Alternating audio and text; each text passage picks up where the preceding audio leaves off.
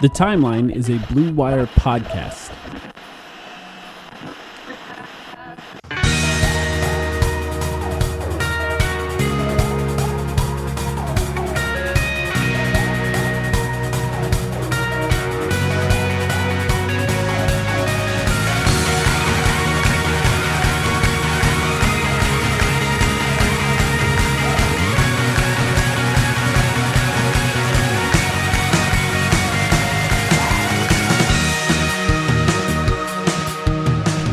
Welcome to the Timeline of Phoenix Suns podcast. Sam, it's here. The second round of the NBA playoffs against the Denver Nuggets again. How are you doing? Yo, we are back. I am doing well. Thank you for asking. People had a maybe 24, 48 hour break from us, and now it's time to break down the Denver Nuggets. And like you said, potential repeat of history. We'll see what happens in the series, but I feel okay about things. Mike, how do you feel? Yeah, I'm excited. I'm trying to maintain a positive attitude on non-game days, because game days I become a mess. That's just a tradition. On playoff days, I struggle to maintain a positive attitude until the basketball starts. Once basketball starts, everything kind of settles in, and I'm just like, okay, now I'm watching basketball. I could think about things through the lens of what's happening in front of me. Oftentimes before that, on game days, I can't do that. But right now, being that we're still a few days away, I'm feeling pretty good. You know, I've done a lot of the research here. I've watched a lot of the film. I'm thinking through it all, and we're going to do it like we always do it, which is cover what we think the biggest questions that are going to be answered by this series are. The same way we did for the first round, the same way we've done for the last two playoffs as well. I think that's the best way to approach it for now. Any general thoughts on facing the Nuggets that you want to talk about before we jump into our biggest questions? Yeah, sure. I mean, I'm just going to be honest with something that we were saying off the record before we started here in our little conversation to each other. I respect the Denver Nuggets. I think this is a much tougher opponent. Just candidly, this is a much tougher opponent, obviously, than the Los Angeles Clippers without Kawhi Leonard and Paul George. And it's a tough opponent in general. The Suns absolutely could lose the series. All that being said, I felt worse about this matchup before I did the research. I felt worse about this matchup just under the assumption of they were the number one seed in the West. They have Nikola Jokic, the two-time MVP. And then once I delved into some of the specific matchups and the stats and the stuff that we're going to talk about over the next hour, presumably, I feel better. I do. That's no guarantee, but I do feel better after I put the work in. I've spent the last few days trying to consume anything that I could where people are talking about the series, just to kind of keep it on my mind and continue thinking about it while I did research. And I do find it interesting, and this will be something we talk about, of course, but I do find it interesting that all of the coverage about this series is about how the Denver Nuggets defend the Phoenix Suns and not the other way around. And I guess that bodes well for the Suns. You know, I think that just speaks to the level of confidence that people have in the Nuggets defense in the playoffs over the last few years more than anything else. But it does seem like that is, you know, whether it be Zach Lowe or Tim Legler or whoever you want to cover that actually focuses particularly on basketball, Nikias or Steve Jones, for example, that's where it comes back around to. You know, JJ Redick too, for example. And man, you really made the rounds. You listen to all these guys talk about the series already. Unfortunately, I don't think the Dunker Spot's done any previews yet, so I just read through both of them had great threads. Yeah, I saw about the series. Yeah, and you know, those are the big questions, and I do find that interesting, and that's something that we're going to get into. But it is what it is. That's going to be the question that people have going into this, and I think in some ways that made me feel pretty good. You know, in other ways I'm like, maybe they're missing a different part of it, but we'll talk about it together. I came up with some questions. You came up with some questions. There's going to be some overlap, of course. Do you want to go first and start, or do you want me to start here? Sure, man. I'll go first. Okay. You may have more questions than I do. Yeah, as per usual, you kind of bring binders of notes to these things. I sort of just have bullet points. First question. I mean, I'm just going to start on the defense because you led right into it, right? Yeah. All those guys are talking about defense. Well, obviously, I'm thinking about defense too. Yeah, same. And my question isn't necessarily. Well, here's how I phrased it. I said, how soon can the Suns force Denver's defense into desperation mode? Which I think implies right. a certain something by the wording, because you notice it's not, can the Suns force Denver's defense into desperation mode? I think they can. I think the Suns offense is going to have a pretty good series. I think the Suns offense could have a great series and the Suns still lose that series. That's true. But it's a question of when, not if, for me. And so how is Denver...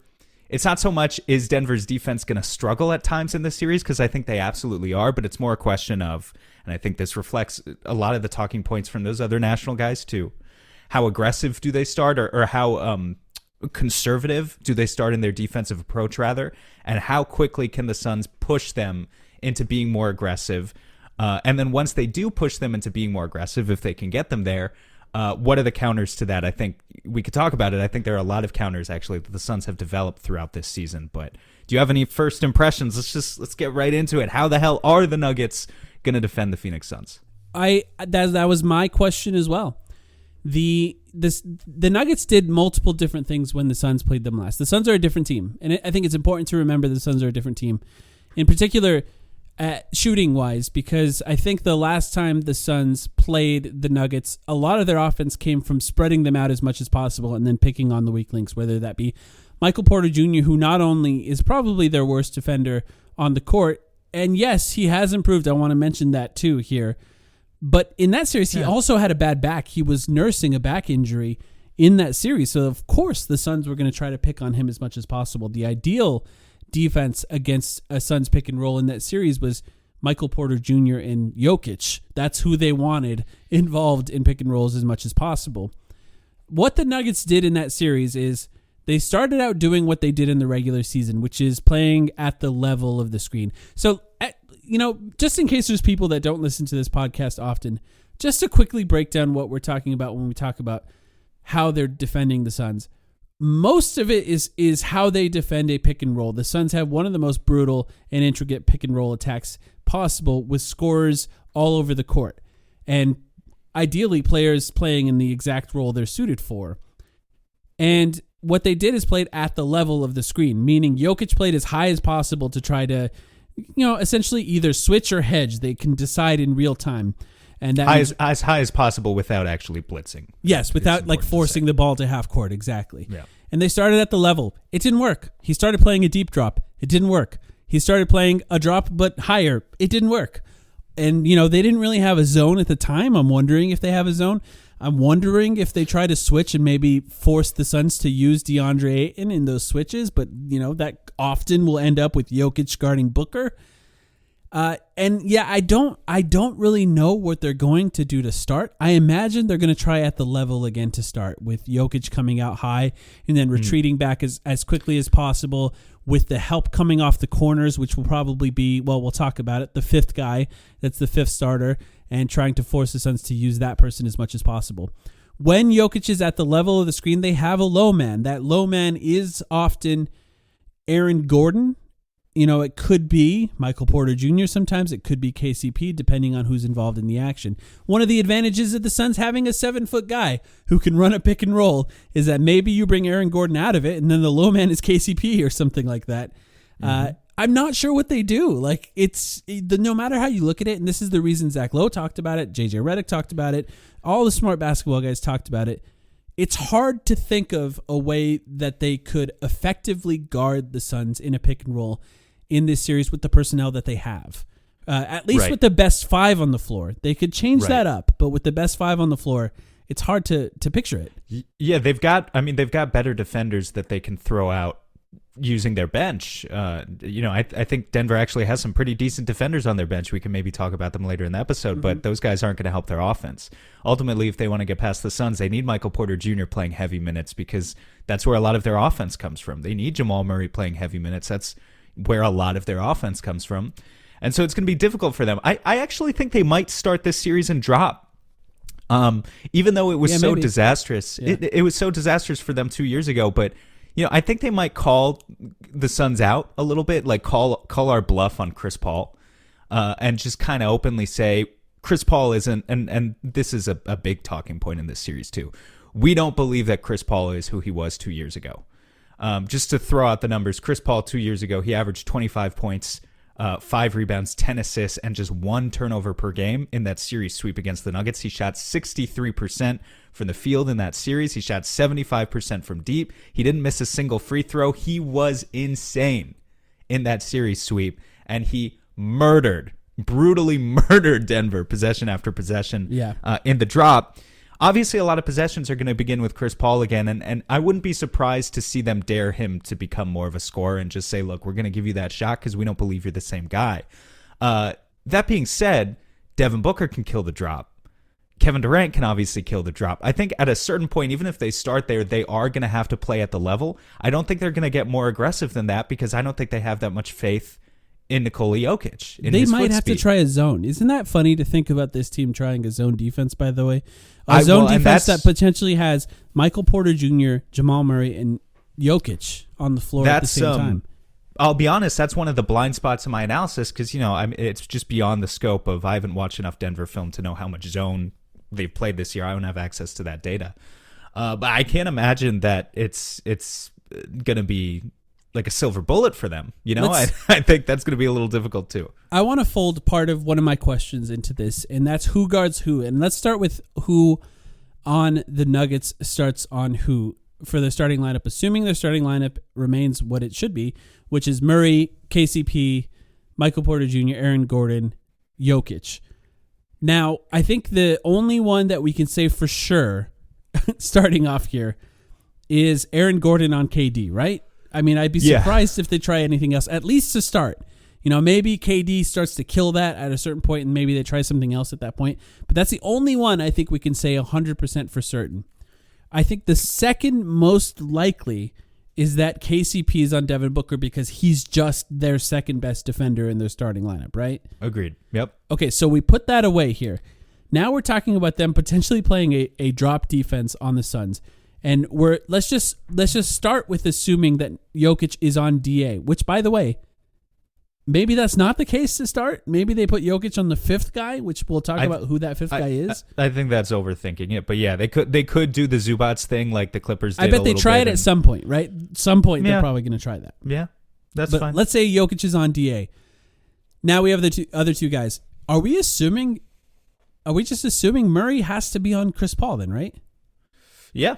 He basically does. He's not a great defender either. And this is, I think... He's a guy who you like to have in those actions involved as much as possible. That's what's so fascinating to me is they could be potentially, and you're right, I think you're right, they could be essentially conceding the idea of, okay, we're going to play a drop in a pick and roll. Now we're going to put Chris Paul and DeAndre Ayton, one of the best duos against a drop defense in the NBA over the course of the last 3 seasons, in a defensive situation where we're dropping, and the 2 defenders involved in that action are Jamal Murray and Nikola Jokic. And that might be their best option. Like, that's what we're talking about. And that's just so crazy to think about. Is it any better to you to put some might consider this a laughable idea. You could put Michael Porter Jr. on Chris Paul, try and have him harass him a little bit with his length. And maybe he's a little bit less disastrous guarding the drop in a chaser role. I don't know if he's ever even done that, but you could hide Jamal Murray on the 5th guy for the Suns, whoever that ends up being. It's something to do. It's you're 100% right. There aren't clear answers for how does Denver stop Phoenix. Well, in some ways, the smart part about them potentially doing what we just said, the defense lining up in the way that we just mentioned, is that they could essentially be trying to force the ball out of Devin Booker and Kevin Durant's hands on the pick and rolls and saying, okay, let's force it into Chris Paul's hands and see if Chris Paul can beat us in this way. And maybe that's a good idea over the course of what could eventually be a long series, because there's always the gamble of he does it a few games and maybe he runs out of gas later, and that's when the Nuggets can capitalize on it. I don't know. KCP, is he a really good defender against Devin Booker? No. We've seen this before. Booker had 47 points in a closeout win with KCP guarding him. that's happened in the playoffs in the past, and he's 2 years older now. And 2 years older in a way that benefits Devin Booker, because Devin Booker is also 2 years older at this point. And like I'm not trying to be overly confident here, because we'll talk about Denver's offense later, and I think that's going to be a problem for the Suns as well. But I don't know. It's the one thing that you could potentially say that they could do that could really kind of change things up is removing Michael Porter Jr. from the starting lineup and putting Brown in there. Bruce Brown, by the way. You mean Bruce Brown? Yeah. They have two Browns. Not Christian Brown. Bruce Brown. And then maybe you put Bruce Brown on Devin Booker. You put KCP on Chris Paul. Now you're taking your best off-ball shooter off the floor. You have somebody in Bruce Brown that is much, much better defender, much, much more switchable, much more versatile as a defender, can potentially guard Chris Paul, can guard Devin Booker, can spend some possessions harassing Kevin Durant as much as possible. But and then you're sacrificing their biggest threat against the Suns, which is their offense. Exactly. For all those things that Bruce Brown is, and I like him a lot, I think he's going to play 20 to 30 minutes per game in this series. He's clearly their sixth man. Well, he's probably their sixth man. I think he should play more than Jeff Green. Jeff Green plays a decent amount, too. He played the third most minutes for them this year. Jeff Green? No, I'm sorry, Bruce Brown. Oh, Bruce Brown. Shout out Jeff Green, though, by the way, man. Yeah, Jeff Green's career, low-key, one of the more fascinating stories of any NBA veteran. He's kind of sucks now, but he rules. He's just a cool dude. Yeah, I mean, he's like a basketball player that basketball people love because he's gone through adversity and yeah, cool dude. Yeah, he might not have it anymore, but we'll see how they end up using him in this series. I think that could be interesting. Yeah, but to Bruce Brown, for all that Bruce Brown is, not a shooter. And the Nuggets need the shooting. They just do. I mean, Michael Porter Jr., say what you will about him, but his ability to hit threes, be a pick and pop threat, and also obviously attack closeouts. He still has some of the offensive flaws, too, that we've maybe seen 2 years ago and other times in the past. But who else on the Nuggets has taken 7-8 threes per game? It's basically Jamal Murray and Michael Porter Jr., and there's no one else on that team. KCP will hit some spot-up threes. No one else on that team is really a three-point shooter. It's kind of just those three guys for the entire 8-man rotation that they're going to play in the playoffs. It is 16 points per game on over 40% 3-point shooting from Michael Porter Jr. in the first round. Those are Torrey Craig numbers. No, I'm kidding. Torrey Craig shot way better than that. Torrey Craig actually, by the way, ended the series 12 points per game, but was shooting 64% from the field and 55% from three. Shout out Torrey Craig, an incredible first round for Torrey Craig. But with Michael Porter Jr. on the court, as much as Nuggets fans do say his defense has improved, and I believe it has, because it was honestly, he was one of the worst defenders in the NBA the last time the Suns played them in the playoffs. If it has improved, I believe you, and I will believe that. I just don't know that you can get away with even a slightly more impactful version of MPJ on the court for significant minutes against this Suns starting lineup. I certainly believe he's a better defender than he was when he was directly battling a back injury against the Suns 2 years ago. Oh, for sure. But to be honest, man, that talking point, I've heard it so much this year, and it kind of just, it smells a little bit like cope to me, like a little bit of copium. The stats aren't good. Yeah. The reason I say that, I mean, yes, and look, Nuggets fans have watched more Nuggets basketball than I have this year. It's just true. But I have come from the experience last year specifically of what an overdose of continuity does to your brain, where you kind of try and pick out the littlest narratives within your team from season to season and like maybe inflate their importance a little bit of like, oh, this thing is so much different than it was last year when it's really not. I kind of feel like that's what Denver is doing a little bit with this Michael Porter Jr. narrative, but I don't know. We'll see. Regardless, if they want to get out of the series, he has to have the offensive series of his life. Yeah, and he could. Right, he's capable. And he could. He's a gigantic shooter, but he can't, who can run around screens and shoot off movement. He can't do that if you pull him out of the starting lineup, though. Exactly, and that's I think the real. And let's switch it to the other side here and stay on the who guards who. This I know that we're only going through two questions. We're already going to be like halfway through the podcast here. But this is one of my questions too. So this is the biggest part. We're getting the big ones. Yeah, it's the biggest part of the series. So let's talk about who on the Suns is guarding who. Now, Ayton's on Jokic, settled. That one's settled. Sure? It just, I've been saying to start the series. Yeah, that's going to happen. Look, Maybe you try Kevin Durant at some point, or you even go the route of, like the 76ers put PJ Tucker on him and it confused him a little bit. I'm totally kidding. Ayton's taking this one. Yeah, so Ayton's on him. Although I wouldn't mind seeing Durant on him for a few possessions to see how it looks. But yeah, Ayton starts on him. We're starting there. I think the other one that you can say for sure is Chris Paul on KCP. That's the other one I think you can essentially guarantee. Now we get to the question of who guards the rest of the guys, and then folding in another one of my questions because it has to be said right here. Who is starting for the Suns? Who's the fifth guy starting for the Suns? Because right now you have Murray, you have MPJ, and you have Aaron Gordon. Most likely scenario, Kevin Durant guards Aaron Gordon, right? I mean, I don't think you're going to want to put anyone else on him unless Torrey Craig starts. Yeah, it depends. I mean, I don't think we can answer those questions until we tackle the fifth guy conversation. Who do you think should start? Because to me, I'll throw it out there. Yeah, sure. Okogie on Murray makes a lot of sense to me. Yeah, man. In the same way that Torrey Craig on Kawhi Leonard made sense in the last series. You put Okogie on Murray. Listen. Everyone's got their strengths, man.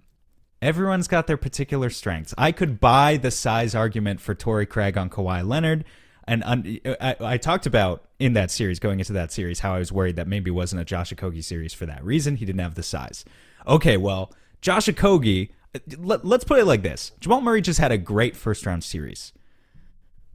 The Nuggets, if some Suns fans, if their mind is not at ease with the way that we played in the first round, rest assured that Nuggets fans are having those same questions about their own team because they played the Timberwolves. Yes, they got out in 5 games. They had a blowout win in game 1.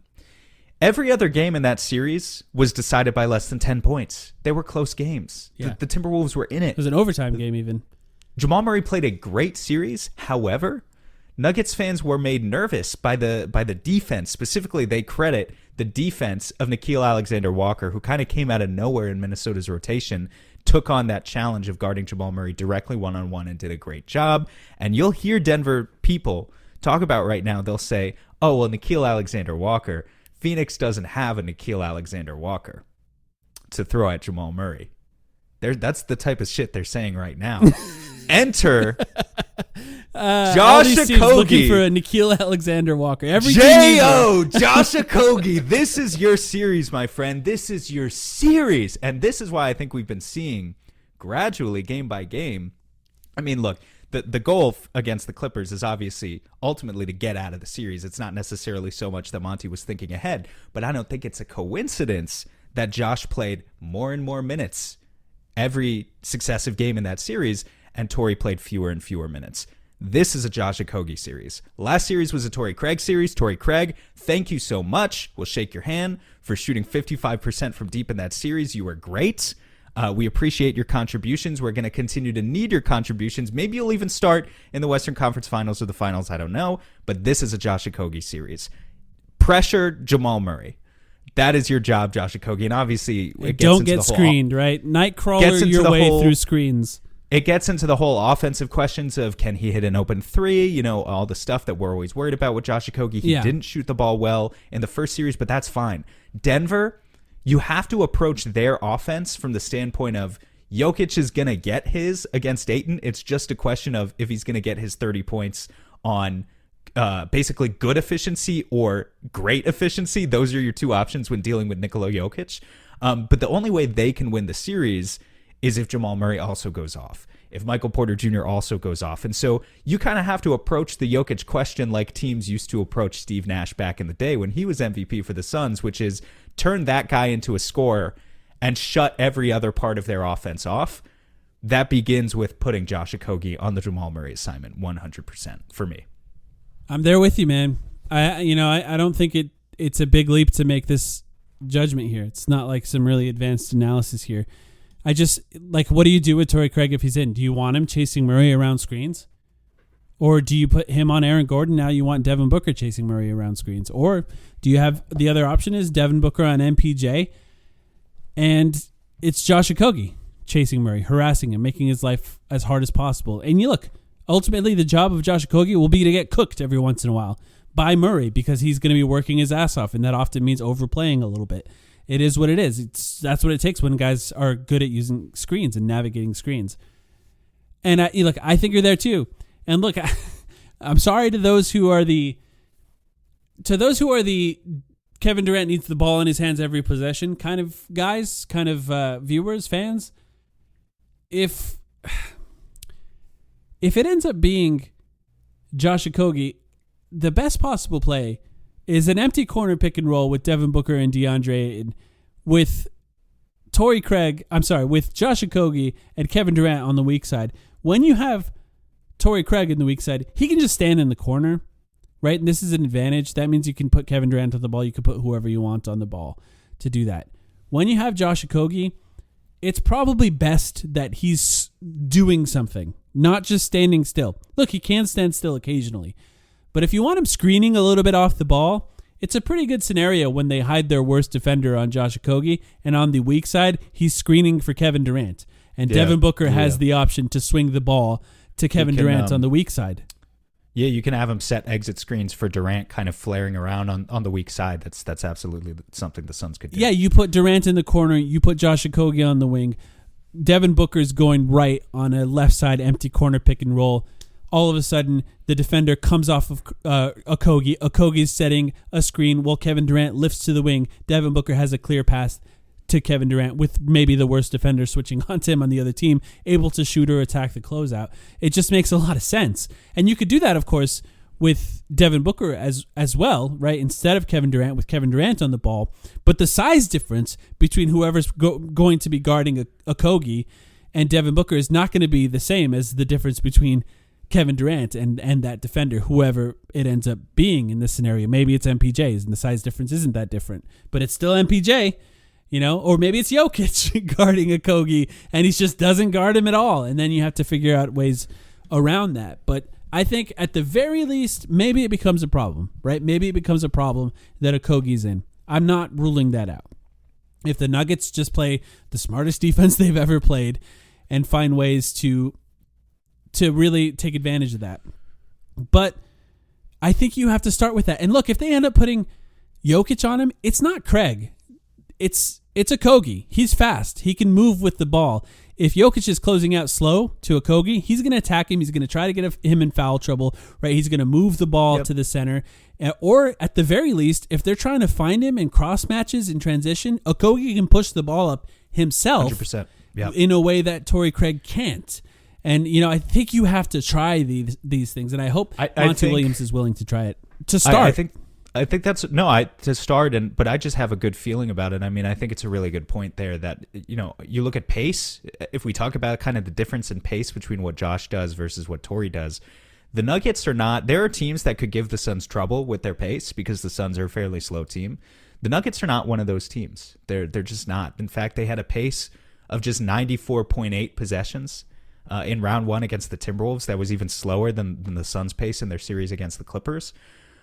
This series, in many ways, both of these offenses are so good in the half court, and both of these offenses are so efficient at not turning the ball over in the half court. In fact, they're the two teams of the 16 playoff teams. These are the two teams that turn the ball over the least in round one. That's how efficient both of these offenses are. A lot of it is going to come down to the margins of transition, I think, of just who can end up forcing both of these near perfect decision-making offenses, and who can goad them into more live ball turnovers. Yeah. And you analyze that question, and the answer is going to be Josh Okogie can help the Suns do that. Torrey Craig probably cannot. He can play some good stand-up defense, but he's not going to be able to create those live ball turnover situations and then take an end-to-end in transition in the same way that Okogie can. So it's clear in my mind what this needs to be. Yeah, I think too, often when the stars are off the court, if it's going to be any minutes with Murray and Jokic off the court, Aaron Gordon's going to be on. And in those scenarios, you can just check Torrey Craig in and let Torrey Craig check Aaron Gordon in those bench minutes and just battle with him as much as possible using strength. Because, look, Aaron Gordon's going to try to be physical with Durant if Durant's guarding him as much as possible and try to wear him down. And on the other side of that, if Aaron Gordon's guarding Durant's going to make him go around a lot of screens and fight through guys and maybe get him in foul trouble with his just it's impossible to guard Durant. So you have to foul him sometimes. That specific battle will be interesting. If Aaron Gordon comes out early, maybe they try to match Kevin Durant's minutes with Aaron Gordon as much as possible, and that means 45 minutes for Aaron Gordon in the game if that ends up happening. But okay, it's settled. We talked about defense, and there's going to be more talk about that, I'm sure. We talked about who's starting. We talked about who guards who in the starting lineup. That, to me, we could almost end the podcast here. There are still a lot more questions that we're going to cover, but that's we covered such the a huge basics of part. offense and defense. Yeah, it's just such a huge part of the series. We're talking basketball here.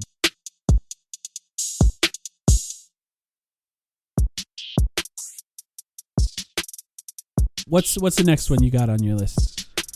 Well, I guess this is. Have we gone to break yet at this point in the podcast? This would Probably. be a good way to come out of break. This would be a good way to come out of break. All right. Put on my Stephen A. Smith hat. Is DeAndre Ayton ready for the Legacy Series? This is the Legacy Series for DeAndre Ayton. And look, for good or for worse, right? I didn't listen to all the guys you listened to, but I listened to Zach Lowe's thoughts today just briefly about it with Marks and Beck on, and just he phrased it this way as well. This is the Ayton series. This is what everyone's going to be watching. You've had that nice little role up until now, doing what you did in round one, but we need him locked in. It's playtime's over, man. This is time for 110% effort and concentration out of DeAndre Ayton. We've seen him do it before. He had, I still think to this day, the best series we've ever seen against Nikola Jokic one-on-one directly that we've seen out of anyone in the entire NBA was his series, DeAndre Ayton's series 2 years ago.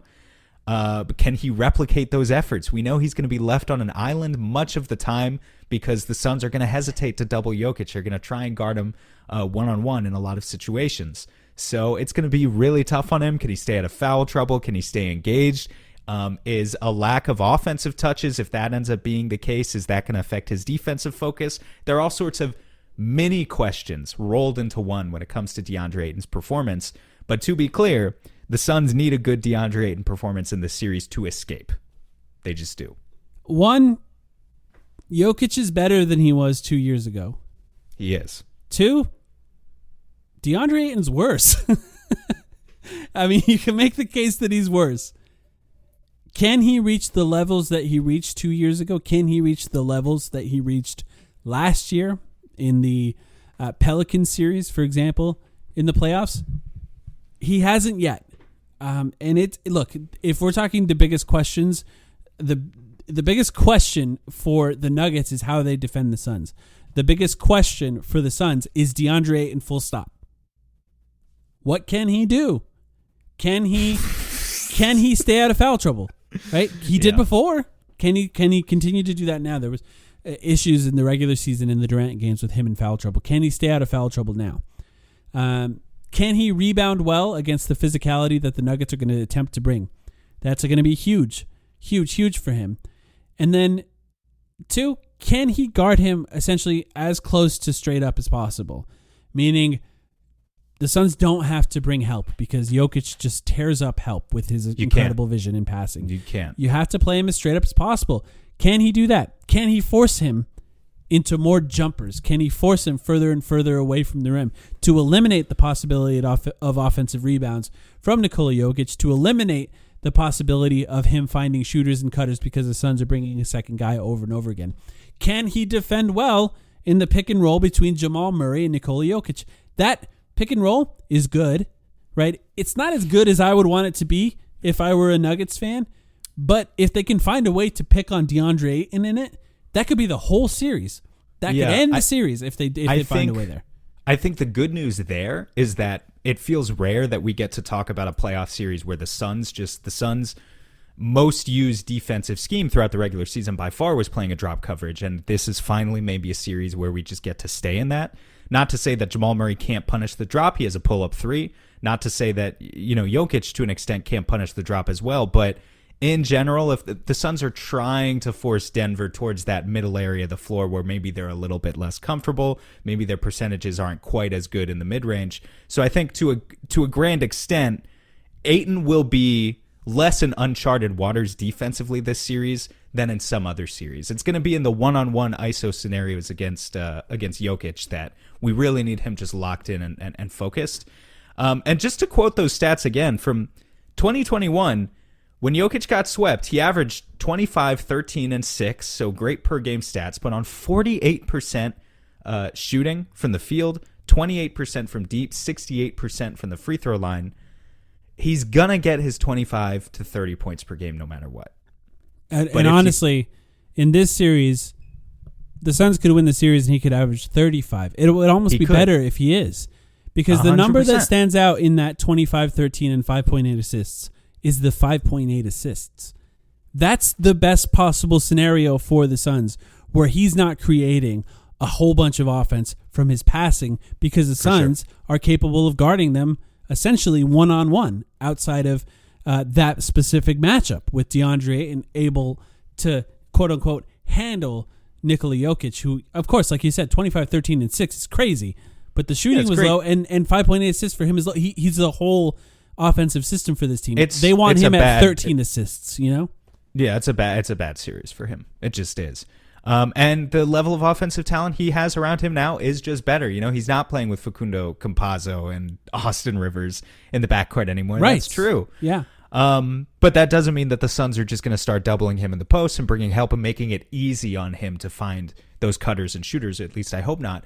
Also, it's worth noting, Jokic has a right wrist sprain currently. He's obviously playing through it.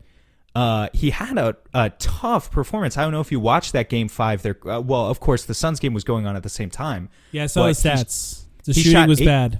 He shot 8 for 29 in that closeout game against the Timberwolves.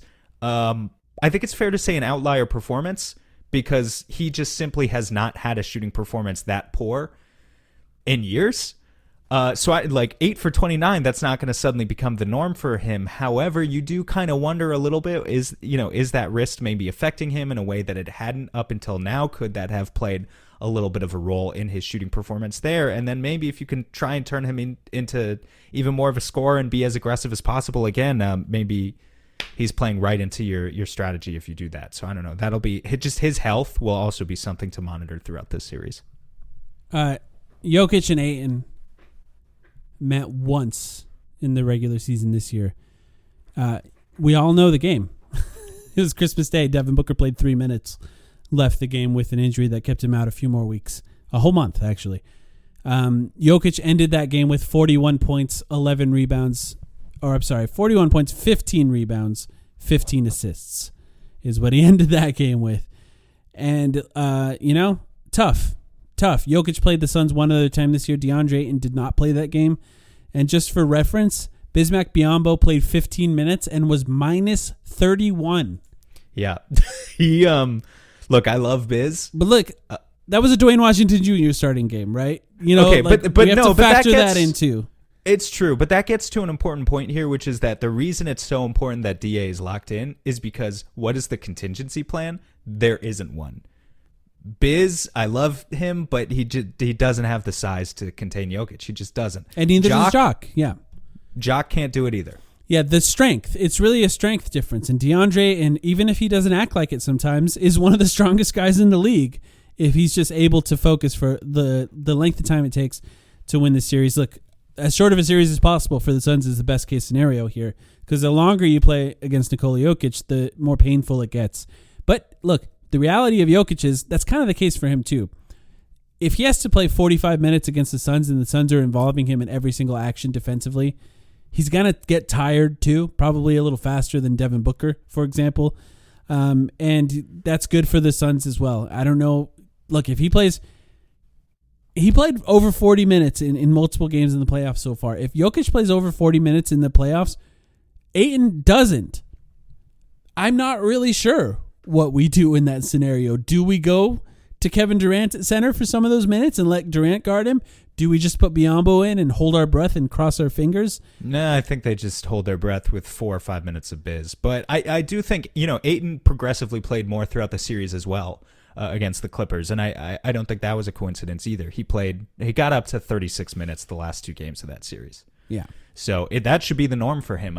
This should be And I know it's tough. It's tough with the Denver altitude and everything, but hopefully Ayton's conditioning is in a place where he can average 36 minutes per game for this next series. That would be my goal. And then if Jokic is playing 40 or 42, you fill in the last few minutes with a little bit of biz. And I think they could go small, but I think it's more likely that if the Suns are going small, it's when Denver is also going small, and the two are kind of mismatched. If they do, yeah. And look, they actually do have multiple guys that can play small ball center. I don't know how often they do it. They don't really have a good backup center, so they need to do it because we haven't mentioned them up until this point. But Denver, they've only got an 8-man rotation really based on their first round series. They can play Jeff Green, who's a forward. They can play Christian Braun, who's like a big guard, and they can play Bruce Brown, who's kind of everything at once, everything everywhere all at once. He's every position. Yeah. They have DeAndre Jordan. He's played 10 minutes in the playoffs. You want to bring in DeAndre Jordan? I hope for they 10 do. Minutes? Call me Patrick Beverly, because I am licking my chops if you bring DeAndre Jordan into the game and try and run a drop defense on us. So, I don't really think that's viable. So Jokic, he'll play 40 minutes. He can't play 48. They got to figure out something to do for the other 8 and change. Yep. It's going to be fascinating to see, and look, a lot of pressure is going to be on DeAndre, and he'll make some mistakes, but overall, if the Suns can find a way to not let him get his 13 assists, even if it means he's scoring 40 on DeAndre Ayton, but they're able to shut off the faucet everywhere else, that could still benefit the Suns. And that's going to be harder. Like you said, that's going to be much harder. There are better offensive players on this team. And look, it could be a series where no defense. I'll just move on to my next question. It could be a series where no defensive is played. Because you want to guess the team that has the worst defensive rating in the playoffs so far of all the teams left? It's the Nuggets? Really? It's the Suns. Fuck. Okay. Fair. Okay. It's the Suns. Look, the Suns have a 116 defensive rating so far in the playoffs because of the pressure that the Clippers put on them. We talk a lot about how Denver can defend the Suns. Look, there's a reason we do that. It's been the Nuggets' undoing in the playoffs multiple times, including to this very team. But the Suns, who had good defense with Kevin Durant in the regular season, particularly when Josh Okogie started, because those were the games where Josh Okogie started, that went away pretty dramatically in the playoffs. And to be fair to Torrey Craig, he had the best defensive rating. It's too small of a sample size to take those type of individual player offensive and defensive ratings seriously, especially because of the fact that KD and Devin Booker are playing basically the entire game. So how much do you take that into account here? But the Suns it's a question mark. My question for the Suns is defense question mark, because what are they going to do against the Nuggets? And that's why I think I wanted to bring this up as this part of the conversation, because so much of that hinges on how well DeAndre and individually is able to stand up to Nikola Jokic. If we start a game in this series and Ayton gets 2 quick fouls, it's going to be really difficult to do anything against this team defensively. The Nuggets are a very, very, very good offensive team. The Suns are better so far in the playoffs. And to be honest, I think they played a better defensive team, even without Kawhi Leonard and Paul George, than what the Nuggets can be. So maybe this series is just who can score 140 4 times instead of who can score 120 and keep the other team to below that. But I think what I'd like to see is, I think we saw, especially in the third quarter of the final game, the Suns reach a point offensively where you said that's a championship level team. There have only been a few small stretches where I think they've hit that ceiling defensively in the first round, and they're going to need to hit that ceiling defensively for at least 4 games, I guess is the best way to put it, in order to beat this Nuggets team. I mean, look, they got to do it with team principles, obviously, but they also just have to do it with a lot of effort plays. I think that's what was often lacking when they were playing at their worst against the Clippers, and hopefully what we see more of, and why I said earlier, a lot of this series to me is going to come down to things like forcing live ball turnovers. A lot of it is also going to be rebounding. The Nuggets are not the most physical team out there necessarily, but they do have guys who can punish you if you're not being if you're not being aware on the defensive glass. Aaron Gordon is a good example, a guy who they're going to have to box out pretty much constantly. Michael Porter Jr. could be better of a rebounder for his size, obviously, but Jokic is obviously going to be a presence for Ayton to handle. So it's going to come down to a lot of effort plays on the defensive end for the Suns. And is it good for the sport if every game comes down to 140 to 139 in this series between these two teams? I don't really know. Would I enjoy watching that? I don't really know. Sounds pretty stressful. It sounds if the pretty Suns stressful. are leaving 3-point shooters open when they have a lead the way they did in the Clippers series, I might pull my hair out.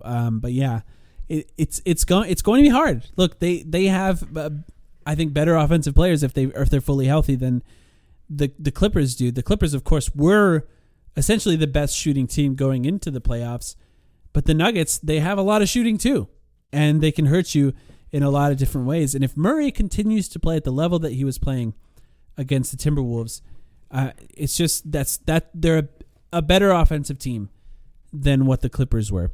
Clippers very, very well coached, and I think took advantage of the Suns in the right ways. And maybe the Nuggets can too, being that, like I said, they're better than they were, and it's important for Suns fans to remember that, especially offensively, I think. And it'll be interesting to see how the Suns defend them. They have to be on their game, guarding players off the ball. There's a lot of smart cutters on this team, whether it's KCP, Aaron Gordon is an amazing cutter. Bruce Murray, Brown. pretty good. Bruce Brown. Jeff Green, an amazing cutter. And you know, that's basically their whole rotation. Christian Brown might play too. And Christian Brown can do a few things offensively, but he's not going to... He probably won't kill you. He might have one great game where you just think, wow, we can't let that guy loose. But they got to be on their game off the ball. No falling asleep. I apologize for the very corny, what IPAs do you have on tap basketball hipster type comment that's about to come out of my mouth. But yeah, they play the beautiful game. The Nuggets do. Like, that's kind of how it's kind of, you know, that's the type of corny thing that like basketball hipsters will say to each other in a bar. It's like, oh yeah. If you have a center that can pass, you have to be able to cut. You can't build a team around a center that can pass without cutters. And they just have a guy in him who is the most special combination of decision making and size that we've ever seen at his position. He really is. He's just that special. If the Nuggets are going to get out of this series, it's going to be with him playing to that absolutely special level and getting a lot for himself, but also juicing the most out of his teammates. And yeah, you gotta try and shut some of that off. Yep, I agree with that. Okay, I think that was How many questions do you have left? I have 2. 1, 2, I guess 3. Well, sort of 4. Jesus Christ, man. Okay, we'll breeze through these. Here, let me do mine. Okay, because I have more than you. All right. And you kind of touched on it, but it was how physical can the Nuggets get? Sure. So it's part of how they defend us. So it's all wrapped up together. So it's not quite different. But I think it's important to know that in their starting lineup, I think they have two offensive rebounding threats in Aaron Gordon and Jokic. The other 3 guys, I wouldn't call them massive offensive rebounding threats, but if you have a lineup with Aaron Gordon, Jokic, and Bruce Brown, all 3 of those guys are going to chase offensive boards against the Suns because you should, especially if there's a scenario where Kevin Durant's off the floor. The Suns can get killed by offensive rebounds. Aaron Gordon, Bruce Brown, strong physical guys, probably the 2 guys that you can be most afraid of when it comes to physicality on the offensive boards. Now, the other side of the physicality, the Clippers were fouling Kevin Durant the entire game, every single game. And the reason they got away with it is because they're smart defenders who did it right away. The very first game of the series, they started doing that. Are the Nuggets going to try to do that? Do they have the personnel that can get away with it without fouling? And that's going to be, because if they don't, we saw Kevin Durant stifled as much as possible. He probably averaged 25 points at the end of that series. Mm-hmm. He can explode. He can average 35 in a series if he's not stifled like that. So that those 2 levels of physicality, I think, are going to be important to watch from the beginning of the series. Yeah, I absolutely would echo those points.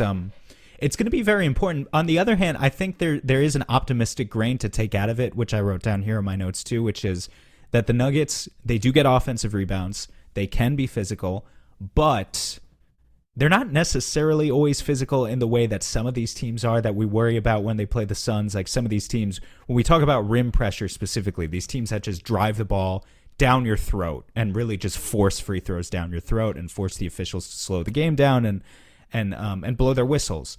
That's not necessarily who the Nuggets are. They can get offensive rebounds. It is a concern. They were, in the regular season, only 24th in free throw attempts per game. And once they got there, you mentioned Aaron Gordon as a guy who can punish you on the offensive glass. The Nuggets also ranked 26th in free throw percentage.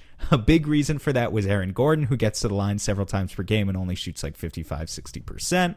There are other guys on their team who maybe are only 70-75% free throw shooters when they should be better.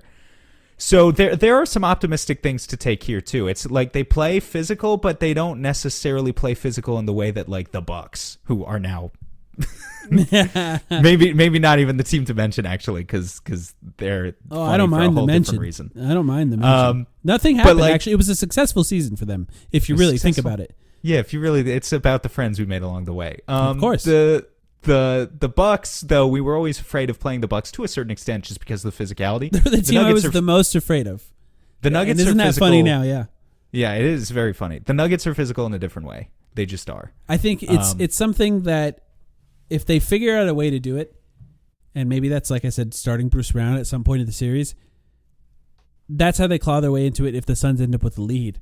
Maybe they jump out to a big lead, two games, 2-0 against the Suns on their offense alone. But at some point, I think they're going to have to find a way to slow Kevin Durant down. I think they're going to struggle with that. But maybe Aaron Gordon has a series of his life guarding Kevin Durant, and we'll see. What's your next one? What is my next one? I have to find my notes. Your last one. Can Book and KD mesh in this series in a way that puts more of us at ease? I think that as good as the Suns were, maybe some people are thinking it's a silly question given that we just had the highest offensive rating of all time or whatever the stat was. Was it literally that? I don't remember if it was literally in the playoffs. But look, it's one round. And yet it was against the Kawhi and PG-less Clippers. One round. And a lot of us just bitched. I mean, that's just what we do, right? We come on here, we bitch. We go to Twitter, we bitch. We go to Reddit, we bitch. But like Discord, we bitch. It's anywhere. But I mean, we really did bitch a lot about the chemistry. The margins on this team are important. We're no longer talking about a successful season if you win one round. Yeah, well, we're championship or bust, man. We're championship or bust. If you'll permit me to bitch even a little bit more, of course. I think we had some concerns about the way that Booker had the series of his life. KD was great, and yet it just didn't quite always click on offense for those two specifically, in a way that I guess a lot of people expected. Obviously, it was kind of shocking, I think, to a lot of national people in the space as well as they were reacting to it. Like, oh my God, Kevin Durant is in the corner. What's going on? And I think a lot of that stuff is going to be very important. It's going to be very important for the Suns to initiate, like with KD out of the corner, a lot of their sets in a series like this. Maybe go to empty corner stuff. The Nuggets are hedging or they're playing at the level or whatever. And you can kind of get the weak side help involved in there and get them into rotations. And like all that stuff is going to be important. However, so much of how KD and Book played off of each other in round one was implicit. With KD in the corner while Booker was on ball, or KD's on ball, but then Book's on the weak side. I would like to see if we can start involving more of them directly together in the same actions. If we maybe get a little bit more KD at the 5 in a series like this, he doesn't even necessarily have to play at the 5. Maybe he's not at the 5, but you get a little bit more Booker, KD pick and roll. In a series like this, I think there are certain matchups that you could target out of that specifically. I have a feeling Michael Porter Jr., as much as the Nuggets are going to hide him, he's going to end up on Devin Booker in some possessions. He's going to end up on Kevin Durant in some possessions. You want to be able to find him in those situations when he's there, using the right screens. And also just, I don't know if it's necessarily something that you need to have perfect right now, but if you're going to advance, it builds towards having good reps out of like that specific combo together, which you might need against some other teams further down the line, maybe some better defenses. So I would like to see what the cohesion between those two, how that kind of develops throughout this series. In some ways, it's good that the Suns didn't have to, like, for example, they didn't really do an inverted pick and roll with Devin Booker screening for Kevin Durant, right? Clearing out one side of the court, letting those two guys do it, and seeing what any defense could possibly do against that. It's in some ways it's good that they didn't have to do that against the Clippers, right? Because now they didn't have to show all their cards. They didn't have to. Yeah, right. They have it now in their pocket if they want to try to go to it or something like that in particular. But yeah, I think you're right. I think it's important it started. I think we started to see it get so much better in the final 2 games of that series. You can see the offense moving, the assists were coming. You know, Chris Paul was more involved. DeAndre Ayton was more involved in game 4 or game 5. And I think you can start to see the offense kind of getting better with these guys knowing where each other is going to be in specific plays. But look, riding the hot hand in Devin Booker in that first series, regardless of the Durant fans who got here post-trade, regardless of how they feel, that was the right choice. And the Suns won that series on the back of Devin Booker. And they might be able to get out of this series going with exactly the same method. Yeah, or it might be the other way around, right? It might be the other way around. Riding KD, yeah. It's the basketball nerd in me and in us, I suspect, that wants to see those two directly involved in actions with each other. Yeah, right? I just want to see how teams try to defend it. Because it's basketball. It's basketball porn. Yeah. And when people like Zach Lowe or like these national writers or whatever are choosing to tune into a Suns-Nuggets game when they could potentially tune into a Warriors-Lakers game, which everyone else in America will be watching if that ends up being the other series in the second round in the Western Conference, they'll be doing it because of concepts like that. They'll be doing it because of the high-level basketball, even though Warriors-Lakers, again, will break records numbers for the league. And I'm sure ESPN would be very happy if they end up getting a Lakers-Knicks finals. Meanwhile, the best basketball played could very well be in this series right here. Yep, I agree with that. It's going to be a fascinating series regardless of what happens. Here's another one. Does home court matter? Suns don't have home court in this series. There is a path to the finals if you want to think ahead, where the Suns could have home court in the Western Conference Finals if they're able to get out of this series with the Nuggets. In fact, I would say that's the most likely scenario if it's Warriors versus Lakers. But they don't have it now, and this is the series they're facing now. Well, I don't know if you know this, Sam.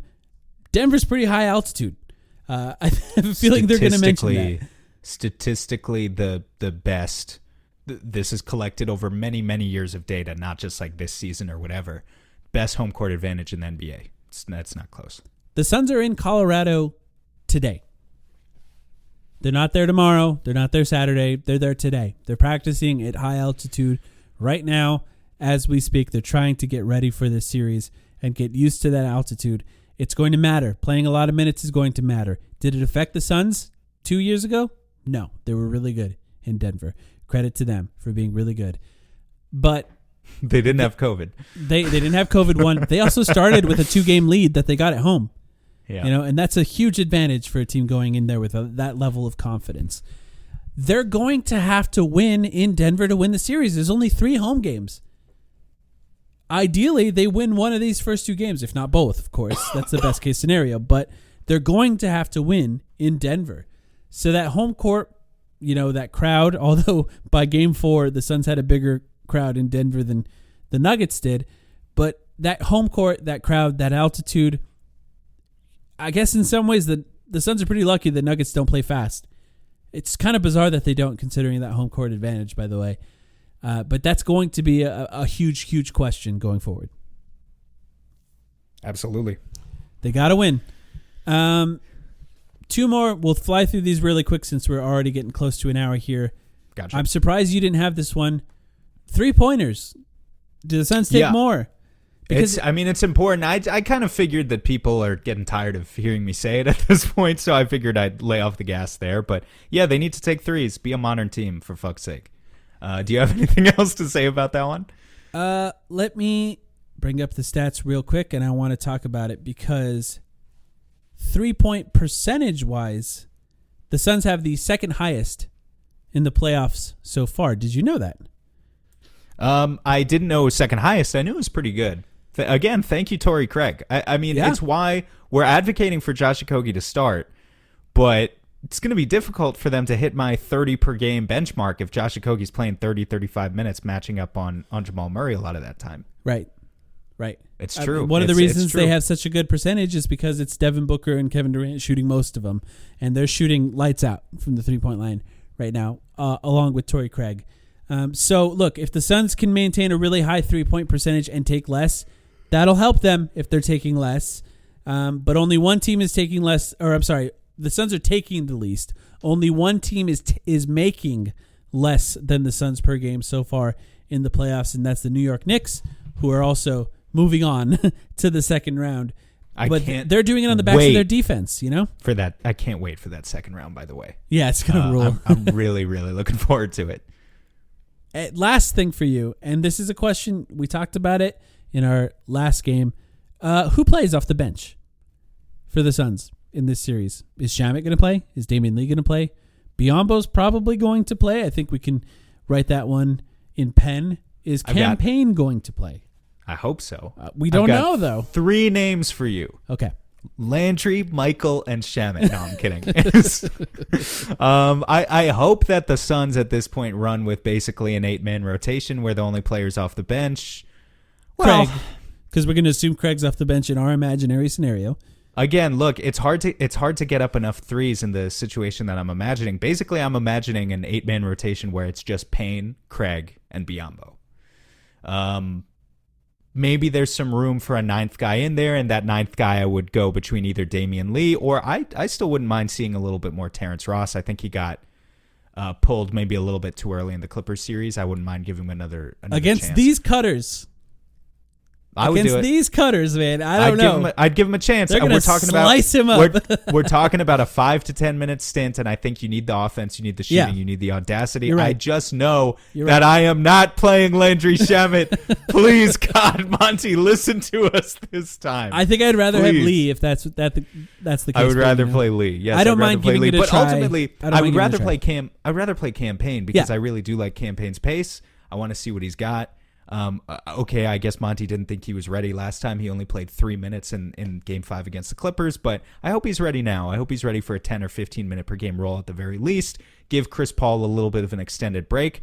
That doesn't mean it needs to be a lineup with where you basically throw Cam Payne out there and let him die with a bunch of bench players. You can play him next to Booker and KD and actually get quite productive results, arguably sometimes even better results with those 3 on the floor than you would with Chris Paul, just because Cam Payne shoots such a good catch and shoot 3-point percentage and is so willing to shoot them and also attack closeouts. So I think you can get some good stuff out of it, but we need to see him play. Number one thing I want to see in the series is Devin Booker continuing his run as the best and most effective player in the playoffs so far. I'm pretty excited. Any last thing you want to mention before we end this one? Number one thing I want to see in this series is another series sweep. No, I'm not going to go there. You know the deal. We don't do series predictions. I will just say, similar to how I felt in the Clippers series preview, that I feel pretty confident about this one. But that doesn't mean it's going to be a challenge. It's tough because we have yet to see. Look, they haven't seen us either, but we haven't really seen them healthy either. Right, the teams that played against Jokic are not the teams that are going into the playoffs. For one, Devin Booker played 3 minutes against the Nuggets all season, outside of when the Nuggets played all their bench guys and the Suns beat them with Kevin Durant at the end of the season. So it's kind of tough being that we have yet to see it. So I think anyone who's brave enough to make predictions, they're doing it just based off looking at some Excel spreadsheets here. And that's not something that I like to do, and I know that's not something you like to do, Sam. So we're just going to have to watch it, and I'm looking forward to watching it. I have a feeling it's going to be entertaining. I hope it's not too stressful for us or for you Suns fans listening, but I'm excited either way. We'll be back after every single game. That's the plan. Playback at some point in this round as well. We'd like point to do in this series, probably, I would say maybe a home game for that, like a game 3, game 4 type situation. But we'll keep you guys updated on that for sure. Keep you updated, definitely, for sure. Hopefully we'll have time to bring you some Patreon content as well. If you want to join to listen to extra podcasts, patreon.com/thetimeline. You can also join our Discord full of Suns fans, sometimes dooming, sometimes celebrating. It'll be really fun during the playoffs to interact in there. But thanks everyone for listening. We'll be back to you very soon. Go Suns.